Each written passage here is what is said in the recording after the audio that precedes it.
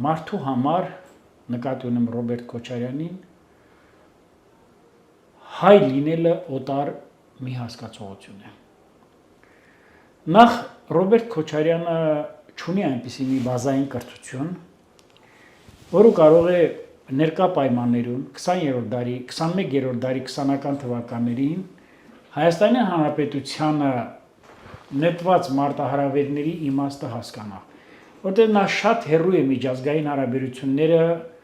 խորապես ըմբռնելու եւ այդտեղից հետեւություններ անելու առումով։ Մարդը ընդամենը ավարտել է հերրակա պոլիտեխնիկական ինստիտուտը, որը միջազգային հարաբերությունների առումով կրթական մակարդակ չունի,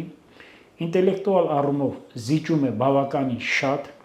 մարդը մինչև հիմա տարածաշրջան ասելով հասկանում է Հայաստան, Վրաստան, Ադրբեջանը,